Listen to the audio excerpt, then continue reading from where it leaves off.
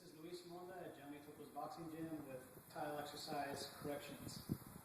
Now, this exercise is also called 6 squares by my partner Dadi's standard, because idealistically you want just 6 squares on the ground.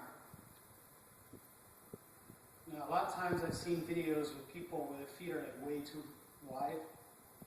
The idea is that if you point straight down from your shoulders, that's where your feet should be.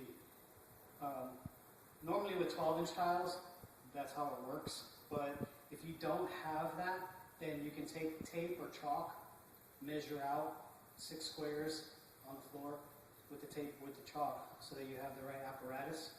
But you don't want your feet too wide, basically. You want them, again, shoulder width apart. If I point straight down, I'm pointing right at both of my feet. Now, a lot of times, when I see tile exercise videos, what I see is this. Trunk rotation and knees.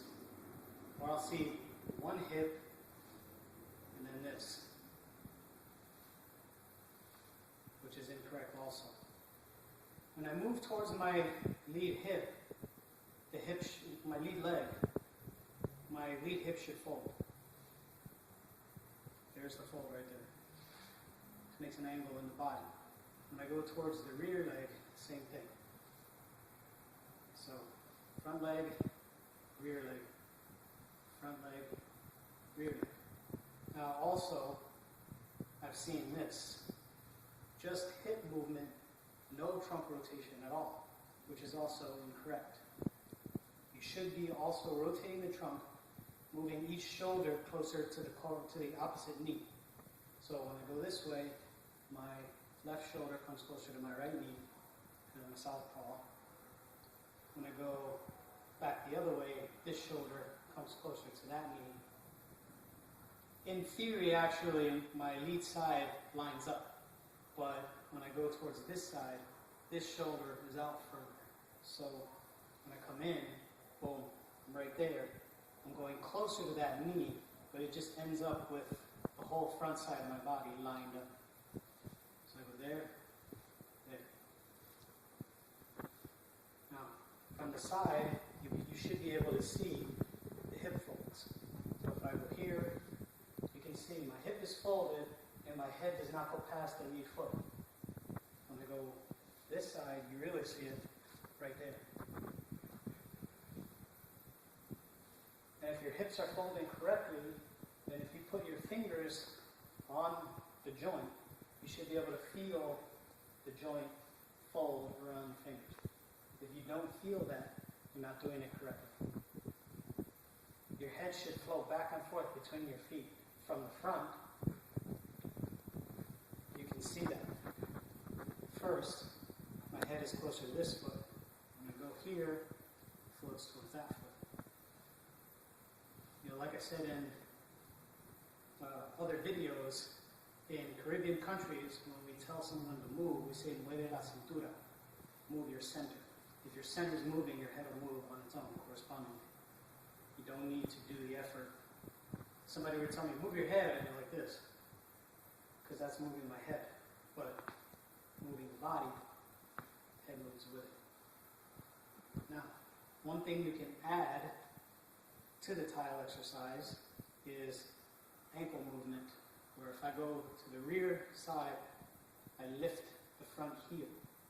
When I go to the lead side, I lift the rear heel, but without leaning.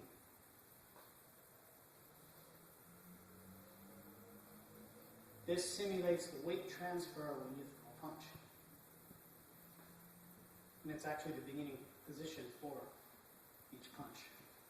From the side, you'll be able to see a little bit more dramatically what I'm talking about. When I go here to the front side, rear heel lifts off the ground. When I go to the rear foot, front heel lifts off the ground. So if I were to throw my jab from here, it would be like that.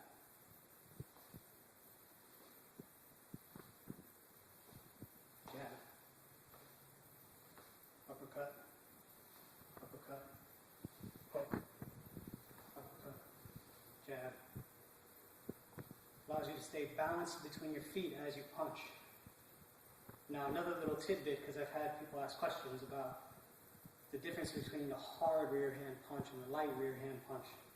If I were to shift to my lead hip, throw my rear hand, that's going to be a soft punch because my weight is here and my heel is already lifted off the ground. So if I throw the punch, it's not going to have my body weight on it. Whereas if I stay here on this side and I lower the lead heel, raise the back one, and throw the punch, now all my weight is still on this side of the body. That's the hard rear hand punch. And you want to rotate the trunk, again, so that shoulder comes close to knee, but without doing this, so that chin comes up.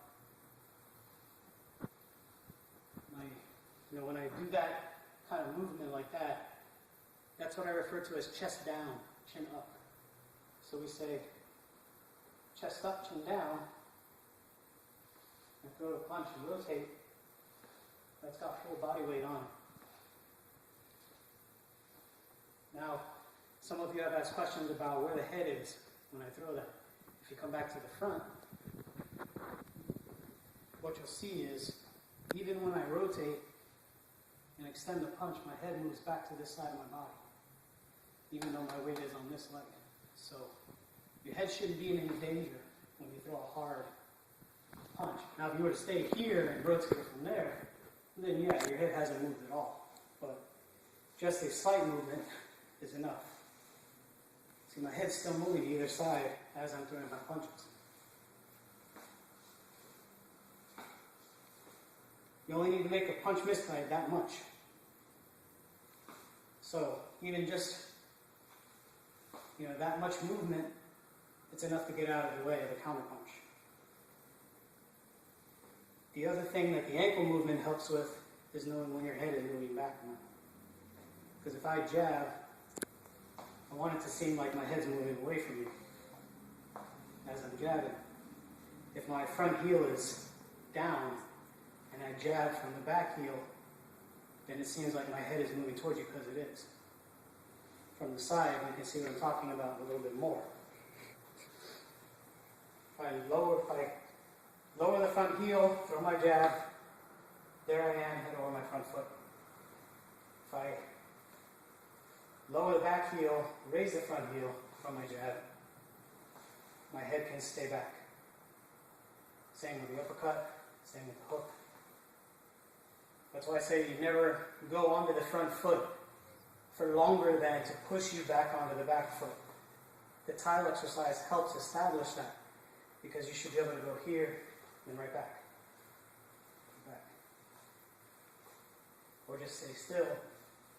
These slipping movements, it's very subtly shifting the weight back and forth between the feet. This is why you guys have seen me say to my students in sparring videos, use the tile exercise. Tile exercise will tell you everything. It'll tell you where your weight is. It'll tell you where you're punching strongly. It'll tell you how to get out of the way. So, once again, hip folds, trunk rotation. Some of you who have stiff hips, this is going to be difficult for you to get. You might only have very good mobility in the rear hip or the lead hip. 9 times out of 10, it's the rear hip that has better mobility. So you might have a hard time going to the lead side, but some people have a hard time going to the rear side. Till that gets loosened up, it's going to be tight, but that's what you're aiming for, is the fold of the hips. If you need to, put your fingers on the joint, feel for the fold. You should be able to feel it. And then once you get accustomed to this, you can add in the lifting and falling of the heels in accordance with each movement. Okay, so that should be enough information to correct the tile exercise for yourself or for any students.